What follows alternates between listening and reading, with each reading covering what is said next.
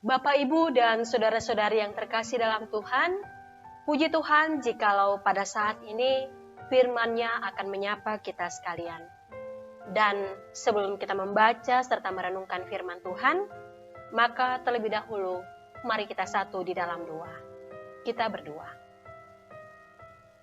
Terpujilah Engkau ya Tuhan, Allah yang senantiasa menjaga dan melindungi kami. Jikalau pada saat ini firman-Mu akan menyapa kami sekalian, mampukanlah kami ya Bapa untuk dapat menghayatinya. Perlengkapi kami dengan hikmat-Mu, sehingga kami dapat menjadi pelaku-pelaku dari firman-Mu. Bersabdalah ya Tuhan, karena kami anak-anak-Mu telah siap sedia untuk mengambil bagian dalam pemberitaan firman-Mu. Di dalam nama anak-Mu Yesus Kristus kami berdoa. Amin. Pembacaan kita pada hari ini, Minggu tanggal 29 Maret 2020, diambil dari Kitab Nabi Yehezkiel pasal 37, ayat 1 hingga ayatnya yang ke-14. Saya ulangi lagi, Yehezkiel pasal 37, ayat 1 hingga ayatnya yang ke-14. Judul pembacaan kita adalah Kebangkitan Israel. Firman Tuhan. Lalu kekuasaan Tuhan meliputi aku, dan Ia membawa aku keluar dengan perantaraan Roh-Nya, dan menempatkan aku di tengah-tengah lembah, dan lembah ini penuh dengan tulang-tulang. Ia membawa aku melihat tulang-tulang itu berkeliling-keliling, dan sungguh amat banyak bertaburan di lembah itu. Lihat, tulang-tulang itu amat kering. Lalu Ia berfirman kepadaku, "Hai anak manusia, dapatkah tulang-tulang ini dihidupkan kembali?" Aku menjawab, "Ya Tuhan Allah, Engkaulah yang mengetahui." Lalu firman-Nya kepadaku, "Bernubuatlah mengenai tulang-tulang ini dan katakanlah kepadanya, hai tulang-tulang yang kering, dengarkanlah firman Tuhan. Beginilah firman Tuhan Allah kepada tulang-tulang ini. Aku memberi nafas hidup di dalammu, supaya kamu hidup kembali. Aku akan memberi urat-urat padamu, dan menumbuhkan daging padamu. Aku menutupi kamu dengan kulit, dan memberikan kamu nafas hidup, supaya kamu hidup kembali, dan kamu akan mengetahui bahwa akulah Tuhan." Lalu aku bernubuat seperti diperintahkan kepadaku, dan segera sesudah aku bernubuat, kedengaranlah suara. Sungguh, suatu suara berderak-derak, dan tulang-tulang itu bertemu satu sama lain. Sedang aku mengamat-amatinya, lihat, urat-urat ada dan daging tumbuh padanya. Kemudian kulit menutupinya, tetapi mereka belum bernafas. Maka firman-Nya kepadaku, "Bernubuatlah kepada nafas hidup itu. Bernubuatlah hai anak manusia, dan katakanlah kepada nafas hidup itu, beginilah firman Tuhan Allah, hai nafas hidup, datanglah dari keempat penjuru angin, dan berembuslah ke dalam orang-orang yang terbunuh ini, supaya mereka hidup kembali." Lalu aku bernubuat seperti diperintahkannya kepadaku, dan nafas hidup itu masuk ke dalam mereka, sehingga mereka hidup kembali. Mereka menjejakkan kakinya, suatu tentara yang sangat besar. Firman-Nya kepadaku, "Hai anak manusia, tulang-tulang ini adalah seluruh kaum Israel. Sungguh, mereka sendiri mengatakan, tulang-tulang kami sudah menjadi kering, dan pengharapan kami sudah lenyap, kami sudah hilang. Oleh sebab itu, bernubuatlah dan katakan kepada mereka, beginilah firman Tuhan Allah, sungguh, aku membuka kubur-kuburmu dan membangkitkan kamu, hai umatku, dari dalamnya, dan aku akan membawa kamu ke tanah Israel. Dan kamu akan mengetahui bahwa akulah Tuhan, pada saat aku membuka kubur-kuburmu dan membangkitkan kamu, hai umatku, dari dalamnya.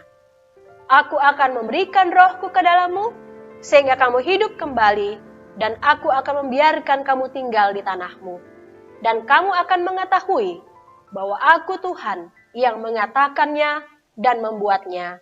Demikianlah firman Tuhan. Amin. Bapak, Ibu, dan saudara-saudari yang terkasih dalam Tuhan, Shalom. Hari ini Minggu tanggal 29 Maret 2020, untuk kali kedua kita menyelenggarakan ibadah Minggu di rumah tangga kita masing-masing. Kita semua tahu alasannya. Mengapa sampai ibadah Minggu, ibadah rumah tangga kita selenggarakan di rumah kita masing-masing? Oleh karena penyebaran virus corona yang kian menyebar dengan masif, yang menyebar hingga ke berbagai negara di dunia ini. Pada tanggal 27 Maret yang lalu, saya membuka website covid19.go.id. Di situ dikemukakan bahwa di Indonesia, orang yang positif corona itu 893 orang. Yang sembuh 35 orang dan yang meninggal 78 orang. Lalu secara mengglobal, ternyata virus ini telah menyebar lebih dari 196 negara.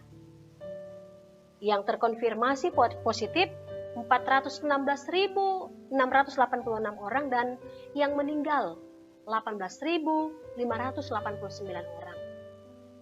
Bapak, Ibu, dan saudara-saudara yang terkasih, tentu saja penyebaran virus corona yang sangat mengganas ini tentu berdampak negatif pada berbagai sendi kehidupan manusia, termasuk merosotnya perekonomian dunia. Sri Mulyani, Menteri Keuangan RI, mengatakan bahwa dampak ekonomi virus corona ini lebih serius daripada resesi ekonomi yang terjadi di tahun 2008. Oleh sebab itu, Bapak, Ibu, dan saudara-saudara yang terkasih dalam Tuhan, selaku warga negara Indonesia, selaku anak-anak Tuhan, mari kita datang kepada Tuhan, menyerahkan pergumulan ini dengan sungguh di hadapan Tuhan. Semoga Allah berkenan untuk memulihkan negara kita, memulihkan dunia ini, kemudian menghalau virus corona ini dari tengah-tengah kehidupan kita. Dan juga selaku warga negara Indonesia yang baik, mari saya mengajak kita sekalian untuk menyikapi secara bijaksana imbauan yang telah disampaikan. Contohnya saja, kita stay di rumah, kita menjaga jarak atau social distancing, kita menjaga kesehatan kita, memelihara kebersihan lingkungan, dan lain-lain sebagainya. Semua itu tentu saja untuk meminimalisir, bahkan memutus mata rantai virus corona ini. Mungkin ada di antara kita yang berkata, tubuh saya ini kan kuat dan sehat. Atau ada yang mengatakan, di daerah saya, di kampung saya, jauh dari perkotaan, tidak mungkin virus corona ini akan sampai di daerah atau kampung kita, atau di tubuh saya.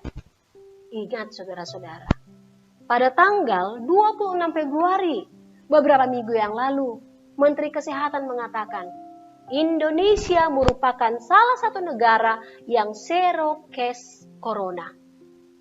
Tapi buktinya sekarang, tanggal 29 Maret 2020, ternyata virus corona ini sudah menembus angka 1.000 orang yang positif terinfeksi virus COVID-19. Hal ini memberi pembelajaran kepada kita sekalian bahwa kalau kita mengabaikan imbauan pemerintah, maka tidak menutup kemungkinan virus corona ini pun akan sampai di daerah kita, akan sampai di kampung kita, bahkan juga kita akan turut terinfeksi. Jemaat yang sama dikasihi oleh Tuhan Yesus, saat sekarang ini kecemasan, kesedihan, kekhawatiran, dan yang semacamnya kini melanda dunia, melanda semua orang. Kalau saya memperhatikan tayangan di media sosial atau status di media sosial, satu persatu rekan sekerja pelayanan di ladang Tuhan meninggal akibat terinfeksi virus corona. Meskipun saya tidak mengenal mereka secara langsung, saya ikut bersedih, saya meneteskan air mata. Karena yang saya pikirkan, bagaimana dengan suami mereka, bagaimana dengan istri, bagaimana dengan anak-anak yang ditinggalkan begitu tiba-tiba. Tentu saja selain mereka bersedih dan berduka cita, mereka pasti akan berpikir bagaimana keberadaan mereka, bagaimana masa depan mereka, bagaimana kehidupan mereka kelak. Karena mereka ditinggalkan secara tiba-tiba oleh orang-orang yang mereka kasihi. Pastinya mereka cemas, pastinya mereka bimbang dan ragu. Saudara-saudara, Hal itu juga yang dialami oleh orang-orang Israel dan Yehuda ketika mereka berada di pembuangan.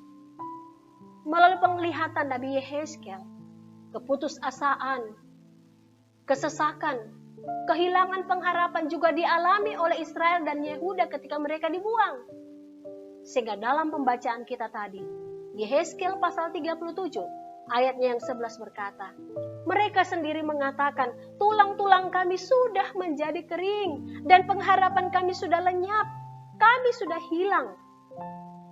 Ini adalah sebuah gambaran bagaimana Israel dan Yehuda sungguh-sungguh dikuasai dengan keputusasaan dan kehilangan pengharapan. Mereka cemas, bagaimana nasib mereka, bagaimana masa depan mereka, bagaimana hidup mereka di pembuangan.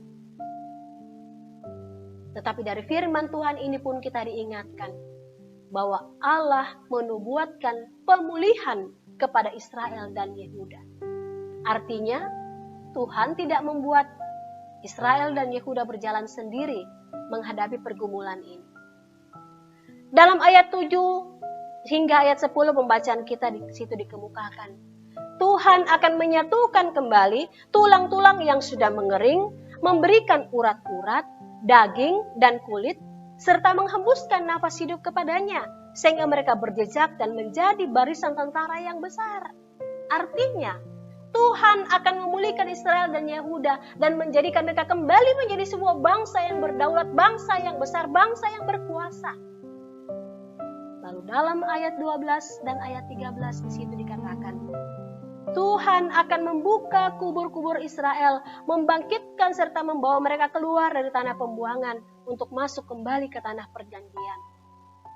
Tuhan menubuatkan pemulihan bahwa mereka tidak akan selamanya tinggal di tempat pembuangan, tapi mereka akan kembali ke tempat tinggal mereka sebelumnya. Saudara-saudara yang terkasih, Allah menubuatkan pemulihan secara politis kepada Israel dan kepada Yehuda.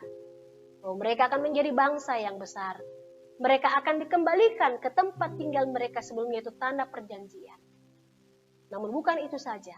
Mereka pun akan dipulihkan secara rohani. Bahwa mereka tidak lagi mengandalkan kuasa-kuasa lain, tapi mereka hanya menaruh pengharapan kepada Tuhan. Jemaat yang sama dikawal oleh Kristus Yesus, saat ini kita menghadapi pergumulan yang begitu berat akibat pandemik virus COVID-19 atau virus corona. Maka firman Tuhan mengingatkan kepada kita sekalian bahwa Ia, Allah, tidak akan membiarkan kita sendirian menghadapi pergumulan yang begitu berat ini. Allah sanggup untuk memulihkan kita secara total, meskipun dahulu, meskipun sebelumnya kita mengabaikan persekutuan kita dengan Tuhan, kita mengabaikan persekutuan kita dengan sesama. Namun Allah sanggup untuk memulihkan Bapak, Ibu, Saudara-saudara dan saya. Sungguh luar biasa kuasa dan kasih Allah yang lebih besar dari segala-galanya. Karena Ia akan memulihkan kita, sehingga kita memiliki pengharapan yang sejati hanya kepadanya. Persoalannya adalah, apakah kita akan sama seperti Yehezkel? Ketika Allah bertanya kepada Yehezkel dalam ayatnya yang ketiga, hai anak manusia, dapatkah tulang-tulang ini dihidupkan kembali? Maka apa jawab Yehezkel? Ya Tuhan Allah, Engkaulah yang mengetahui. Artinya Yehezkel dalam hal ini menyadari bahwa yang sanggup untuk memulihkan Israel dan Yehuda hanya Allah sendiri. Tidak ada kuasa lain yang bisa memulihkan Israel dan Yehuda selain daripada kuasa Tuhan. Untuk itu, mari kita sama seperti Nabi Yehezkel yang mengetahui bahwa Tuhan punya kuasa, Tuhan punya kedaulatan, Tuhan sanggup untuk memulihkan anak-anak yang dikasihi. Sehingga jangan menaruh harap pada kuasa-kuasa dalam dunia ini, selain taruhlah pengharapanmu hanya ke dalam tangan Tuhan. Ketika kita memiliki pengharapan yang sejati kepada Allah yang sanggup untuk memulihkan kita, maka marilah dalam pengharapan yang tertuju kepada Tuhan, kita memaknai hari-hari yang akan kita lewati ini dengan menyikapi secara bijaksana segala himbauan yang telah disampaikan oleh pemerintah. Stay at home, social distancing, menjaga jarak, melakukan berbagai aktivitas kita di rumah. Rajin mencuci tangan dengan menggunakan sabun dan air yang mengalir, menggunakan masker ketika kita keluar, dan lain-lain sebagainya. Semoga oleh kuasa dan pimpinan Tuhan, kita dimampukan untuk melewati pergumulan yang begitu berat ini. Tuhan akan memulihkan kita, dan biarlah kita hanya menaruh harap hanya kepada Tuhan. Terpujilah Kristus untuk selama-lamanya. Amin. Kau selalu punya cara untuk menolongku. Kau selalu punya jalan keajaibanmu. Kau dahsyat dalam segala perbuatanmu, dan ku tenang di dalam caramu.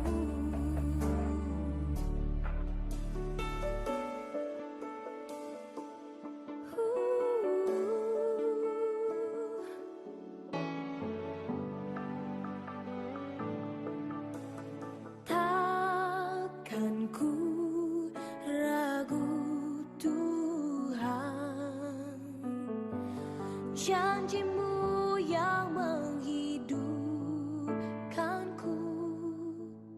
Hanya padamu Tuhan ku berseru, dan mataku tertuju padamu. Kau selalu punya cara